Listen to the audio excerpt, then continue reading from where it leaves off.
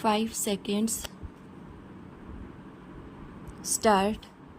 If you scan the history of the railways in this country, you will see that it was the presidency towns Bombay, Madras, and Calcutta that determined the pattern of our railways as well as of our industrial and economic growth. Stop. The British, when they landed in this country, established trading centers called forts. Stop. In Madras, it was Fort St. George. In Calcutta, it was Fort St. Williams, and in Bombay, it was merely a fort, and there was one in Surat also. Stop.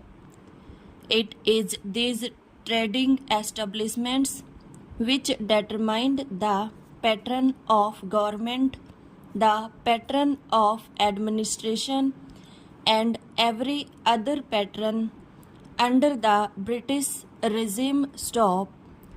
They constructed the railways, they established the industries, they located their armies with reference to these three presidency towns. Stop. This idea of the presidency towns determining the pattern of our social structure, industrial advancement, and the system of our railways still persists. Stop. That is the mental lag that is hampering the vision of the Planning Commission, the Railway Board, and the Railway Ministry. Stop. Stanza. Sir, once I happened to travel from London to Rome by train. Stop. Another time I had to travel from Moscow to Leningrad by train. Stop.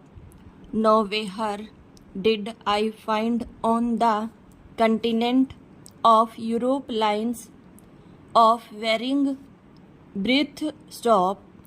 It is all a uniform gauge. Stop. So is it in Russia? It may be 6 feet there. Stop. In America, in every industrially advanced country, you find that the gauge is uniform. Stop.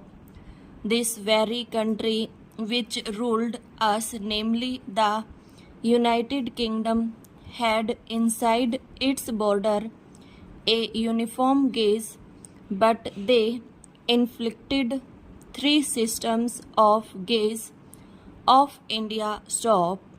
They thought that would perpetuate what is called their domination, or in the negative sense that it would impede the industrial and economic growth of India. Stop. Secondly, it would make India always the customer and purchaser of lines and locomotives and rolling stock from the United Kingdom. Stop. In the old days, I am told, it is the government which built the broad gauge line, and it is the private companies that took to this meter gauge and the narrow gauge. Stop. Though they may not have had the distinction of private and public sector in view then, it now appears that what the so-called public sector then did has been good, and what the private sector then did has been, to our disadvantage. Stop. I would appeal to these agencies to introduce a uniform gauge throughout India. Stop.